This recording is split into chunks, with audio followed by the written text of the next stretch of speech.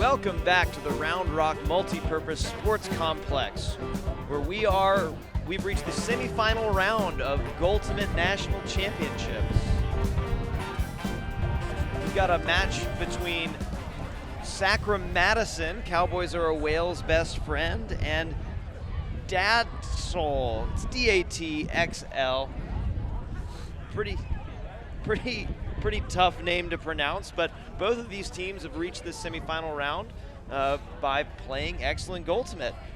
James Kim is here with me on the call. James, you were down on the ground for our last round between Atlanta Godley as they beat Durham XL Eggs. What did you see in that game that might translate into this semifinal between two completely different teams? Yeah, it's a great question. I was happy to put my journalism hat back on. I was down there on the field for the second half of both of these teams' last games.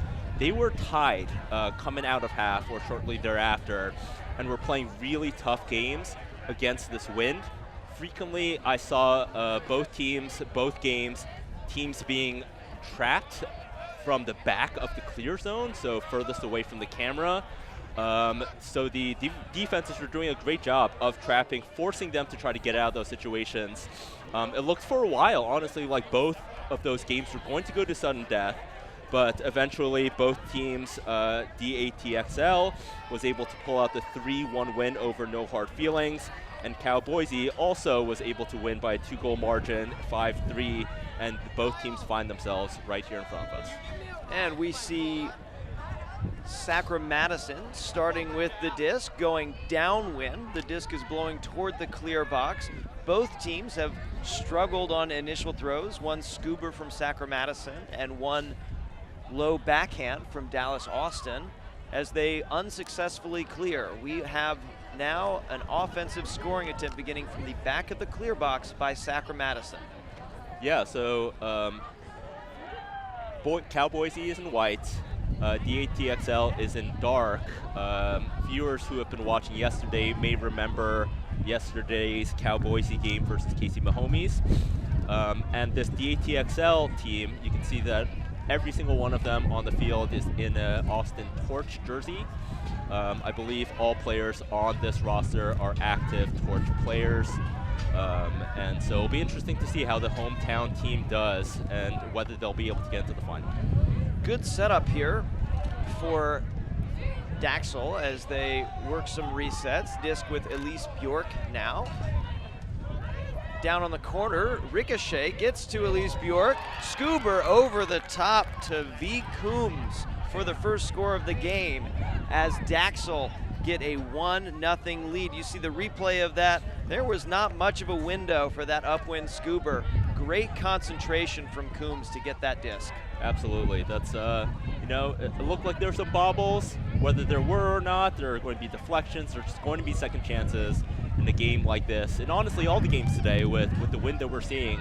And so these players have to be focused entirely throughout, from the beginning to the end of the play. That's right. We see this one get caught up in the wind. Pretty good effort to try to track it down from a couple of Daxel receivers there. And the thrower actually being almost the closest one to the disc, of course. And we've all been in that situation in heavy wind where you really want to touch it, but you can't. You gotta let someone else touch it first. Madison, Cowboys looking to attack here. Disc in the hands of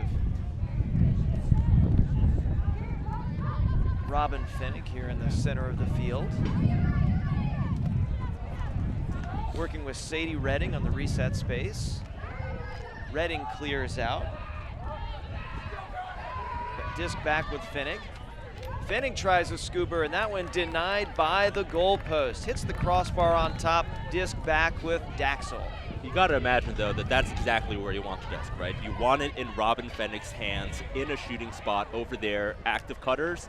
That's honestly how I would draw, one of my fantasy Goalty teams. Yeah, there's almost no such thing as a 100% shot in Goaltimate. So when you get something as open as that, even if it doesn't work out, you tell yourselves, yep, keep trying, keep shooting. Now, Finnick and Redding putting the double clamps, the throw not powerful enough to get over both of them. Finnick gets the D, clears to Redding. Finnick with the disc again, they're centered on the field. working with Sydney French and Jules Madigan now. This attack is right back where they want to be. Is this where they even the game? Not this time. So fans of the Austin Torch will recognize many of these faces from the recent documentary that was released about their season 2 seasons ago, I believe, called Torch by Hogue Kepner. Would recommend that all fans of Ultimate, especially those in women and non-binary spaces, watch the documentary. It's a great watch. Combs with the disc, working. Combs with it again on the reset. Gets a good one to throw another score, and that is a quick 2-0 lead for Daxel.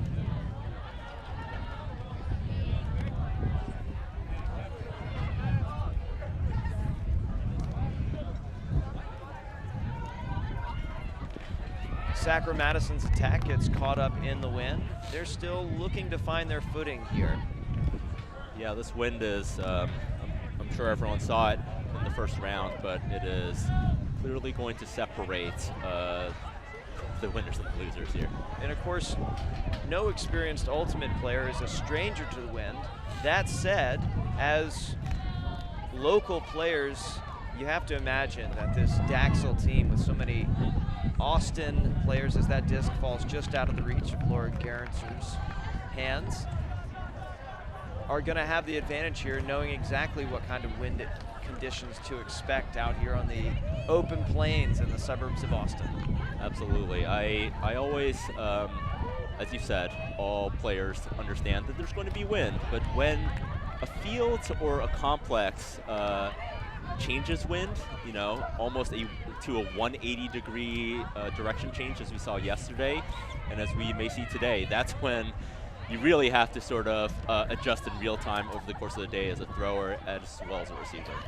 Double teaming is legal in Goaltimate. We just saw Sydney French and Robin Finnick put a double team on to prevent a scoring look. And you see what Cal Boise is doing there. It's almost like they're setting up a wall around that key. Of course, if any of them steps back into the key, it could be considered goaltending unless there is a player that they're actively guarding. But it's a smart move, you know, especially in a win like this. Perhaps force the throws to go up in the air, get some float, catch a sail, and force that turnover. French had the D in the goal area there, but then gets paid back with a hand block erasing her clear throw. French drops back in isolation against Anna Highsmith there in the goal area. Drea Sparza with the disc, shooting, and gets Highsmith. That bounced off of Ivy Buen's hands, and Highsmith managed to catch it as it hit her in the face. Absolutely. Great poise there. As we said earlier in the game, there are going to be deflections, second chances. Got to pay attention to them because it may not look pretty, but you know, a completion is a completion, a goal is a goal. Back corner of the clear box, beginning with Emily Cohen, working to Robin Finnig and Becky Ledonnais. That throw bobbled is going to give Daxel a pretty easy look at a clear here. Edward, would you say that the wind is going away from the viewer's angle right now? Yeah, the wind is blowing pretty hard, honestly, toward the clear box area, away from the goal. So they're working upwind now, trying to get to the goal. Disc in the hands of Gerencher. As I mentioned yesterday on the broadcast, of course, although this makes foot block there from Emily Cohen. Great defense there from Sacramento to get the disc back there. Yeah, my personal preference is actually for wind to be in this direction. Of course, it's going to make it really tough sledding for them after they clear the disc to advance upfield. But I just think that a disc that comes in too hot is more impossible to score with than a disc that comes in too slowly. Speaking of impossible to score, Sacramento yet to get on the board. We saw them drop their last 2 attempts to begin scoring possessions. So close by Gerentzer. I mean, you know, that disc was just going away from her and unable to catch it. But even if she had, it was almost going back out the hoop anyway. With 6 minutes left, Finnig makes a great catch just shy of the clear line. maybe they can get some offense going. Right now, Daxel hold a 3-0 lead over Sacramento. We see an injury sub here as Hope Bjork is okay. yeah, Elise Bjork comes off the field. Looks somewhat minor. I expect we'll probably see her again. We'll see how it goes. Great no-look D, though, by Combs. Edward, is it better to be lucky than good? I'd rather be good and lucky. I don't see any reason to pick. Guy who wants it all. You can have both. You sure can. You sure can. Why not try? Disc with Lucy Campbell now. Campbell takes out the front cone of the clear zone. Yeah, looking for Redding. Hit her with the worm burner instead. I wonder, Edward, do you think the players are going to remember that it should go on the red line? All right, Drea Esparza demonstrating that field awareness, putting it on the red correct line rather than the white line. That's how you know they're a handler. Not clear called. So Esparza reset back behind to set up a clear angle, but Sacramento, I should say, shut the door quickly. This is a combination Sacramento-Madison team. Definitely not Mento, as we've been chastised. Jules Madigan working hard to get open in the clear zone, but shut down completely. High throw from Finnig, floats just beyond the goal box. They couldn't keep possession on the drop afterwards, and that'll be Daxel Disc. That was probably their best scoring opportunity so far. Yeah, so that's exactly what I was talking about in terms of even though that disc hung up there in the air a little bit longer, the fact that they're attacking towards the hoop and the disc might sail a little bit, that gives, honestly, both offense and defense a chance to get there, which is better than neither of them having a chance to get there, especially if you're playing offense. Spectacular catch by Highsmith to save the clear. Now Daxler on the attack. Highsmith from her backside hits Esparza. Esparza centered with the disc. They're not quite close enough to attack upwind, but they're working closer that way now. Got Carrie Yuntz dropping in. Oh, wow. Dirty shot from Esparza there. I hope we see a replay of that because the timing of the throw and the cut there was fantastic. Of course, not enough for a goal, but I mean, again, these are the margins that you need to play in. As we see the replay, backdoor cut so was close. Open there, and just these margins are so small. You're absolutely right.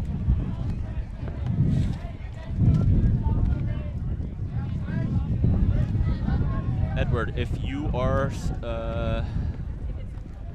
Sacramento, what do you want to do here?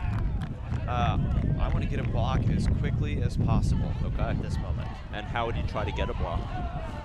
Personally, I would be playing more of a matchup style defense than a wall. That's more of a personal preference style, but I want the reset players to be able to feel the pressure and start to make mistakes.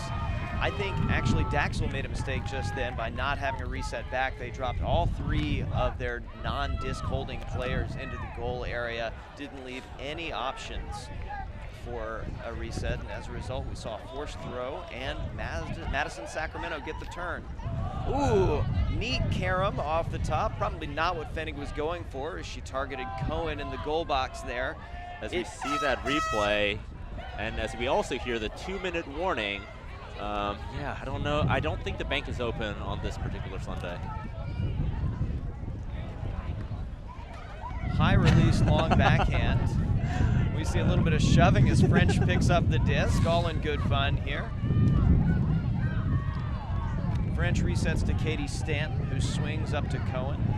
Centers to Stanton, finds Finnig open. Finnig looking for a window, thought about the low release backhand. Cutter's got to cut. Cutter's got to cut. Nobody's cutting yet. They're picking their spots. Finnig thinking about getting the goal herself. Yeah. She's usually throwing them here. Got to throw and you got to go. Kick. Oh my gosh. Incredible I catch believe by retains Sydney possession, French. not a goal as they continue to fight.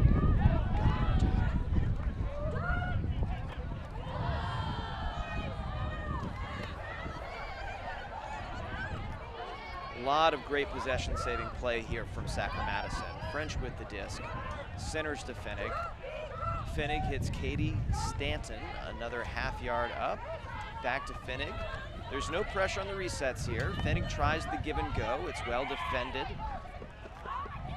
back to French. French looking for an angle. She's double teamed. Resets back behind her to Stanton. We've got 50 seconds left on the clock.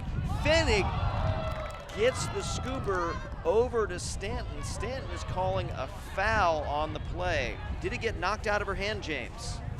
No, I didn't see the disc stop rotation. So in terms of there being a strip, they're not calling strip, they're calling foul. I mean, I think there's just going to be so much incidental contact, don't you, in a game like this when they're going this direction with the disc sailing up in the air? I do, yeah. That was an excellent chance. It looks like they played it as a contest. French tries to get below Coombs on the release, and she does, but can't get by the bucket holding the arch in place. That's a turnover, and it looked like Daxler are going to have a significant lead heading into the second half. They'll try to reset out the clock here. Drea Sparza and that is the buzzer to indicate the end of this first half. Boise does not put a point up on the board, but a 3-goal deficit is not unsurmountable as they enter the second half. We'll see if they can close that gap. We'll be back in about 3 minutes for the second half of this women's division semifinal between Cowboys Are a Whale's Best Friend and Daxel. Stick with us.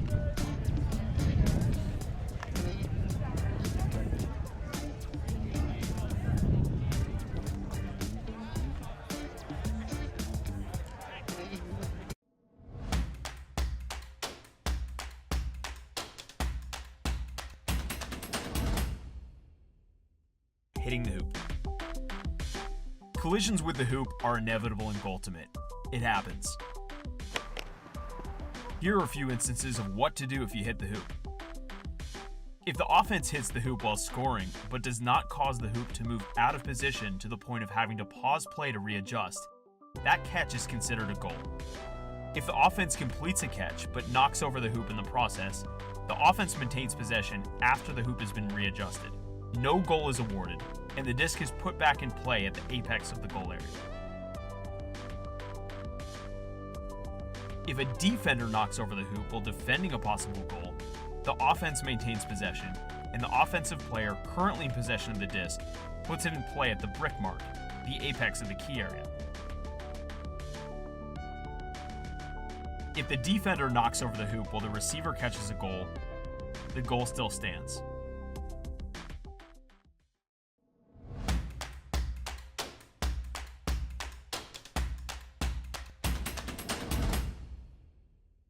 Here's a quick set of answers to most commonly asked what-if questions.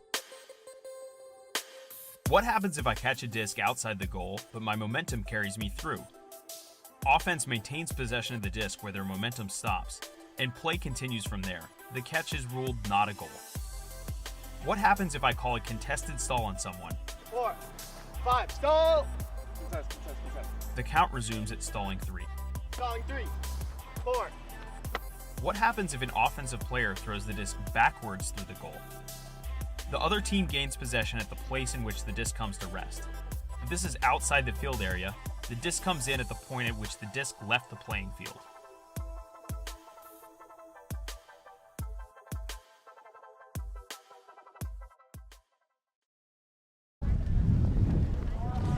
Welcome back to the second half of the women's semifinal match between the Sacramento Madison Cowboys Are a Whale's Best Friend and the combined Dallas-Austin team, Daxel.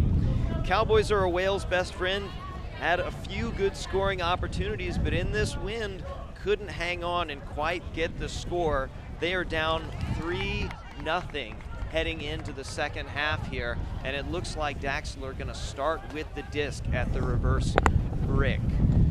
Madison are not out of this game by any means. 3 goals is a perfectly reasonable deficit to overcome.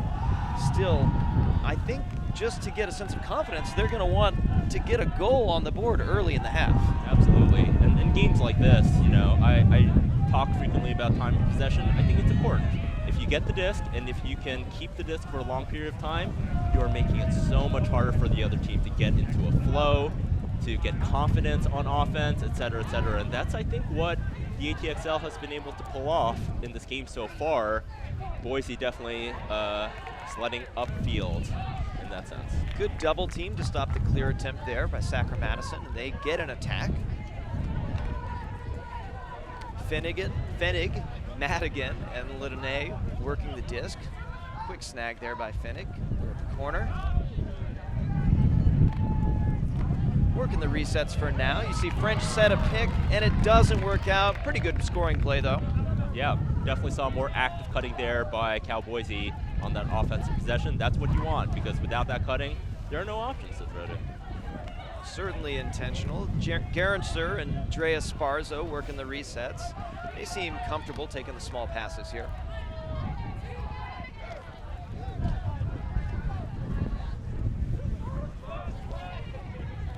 Some discussion here. Cal Boise really sort of putting the clamps on that left side from your replay vantage right now towards us, that sideline, as the ATXL still tries to break out of this.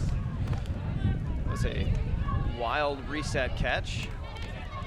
They're trapped. Good wall here from Madison. They've got Madigan, French, and Ledonay up at the wall, not really letting Daxel out from behind their own zone. Highsmith forced to work it around the back. Drea Sparza looking for a give and go, and finally they find the window. And I think that's smart, what they just did. We definitely saw effectiveness there in terms of forcing a lot of passes, basically using sort of a zone. And of course, once they break out of that, it gets a little bit easier, but let's see what they do on offense. A nice sort of trademark Robin Fenig layout there. She's been doing that for the last dozen years, 15 years. Made a career out of making layouts like that.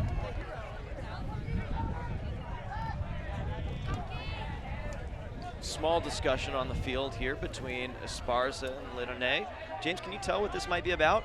I can't, because it looks like the disc is going to stay with Robin, but there's some discussion about what just happened before the disc got there. Player Robin, as you can see, extends with the body, reaches out with the right hand. Almost no worry on her face at all as she comes up with that catch. Absolutely. Done it so many times. Robin with the disc, center of the field, resets to Madigan, resets back to Fenig. Disc with French. French fakes with the left hand, fakes with the right hand, then resets to Ledonay. There's a wall here in the front by Daxel.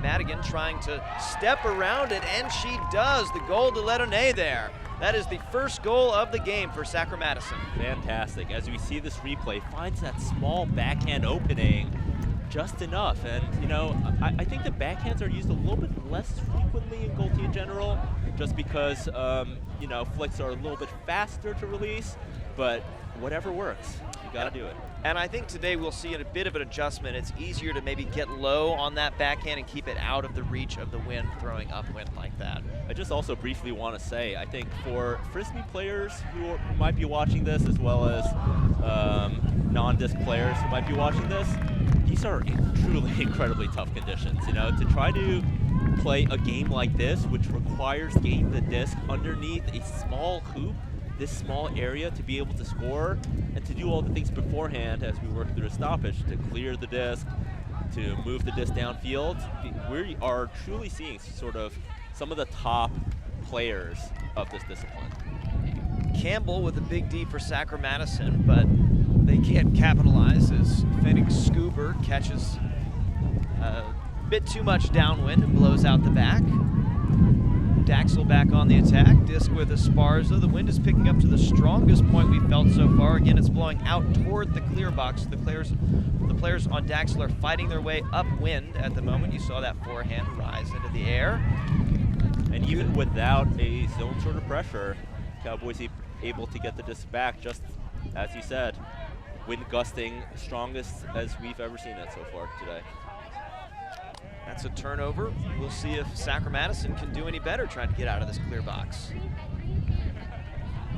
Almost, but they don't get it, and it's back to Daxel. So now we just saw 2 turnovers, 1 from each team, on these low throws in the same direction, trying to go towards the hoop. Those sorts of throws are just getting harder and harder right now with the conditions. Yeah, you see them try to fight the wind and turn over and go a little bit vertical when you want them to hold that horizontal edge the whole time. You have to have so much power to be able to muscle those throws and get them to keep keep their shape. 2 tips, and Sacramento come down with the D. It's in Campbell's hands. That hammer is way too far for Cohen. Sacramento basically getting possession there immediately into a double team, as that's exactly, she caught the disc in front of the 2 defenders. Yeah, those Daxel receivers turned into a double team immediately. Disc with Bjork. Bjork up to Geringer. And that's off Bjork's back. Wasn't ready for the pass. Sacramento on the attack now. Nifty high release. Blows at the last second away from Finnig. She still gets a hand on it, just can't quite close it in time. It'd be really interesting, Edward, to sort of see a heat map, right, of where possession has been in the second half the most, and I feel like we've been seeing the disc in this part of the field quite a bit, just because of how hard it is to get. I'm not even sure we can call these possessions. We've seen the turnovers coming so fast in this second half.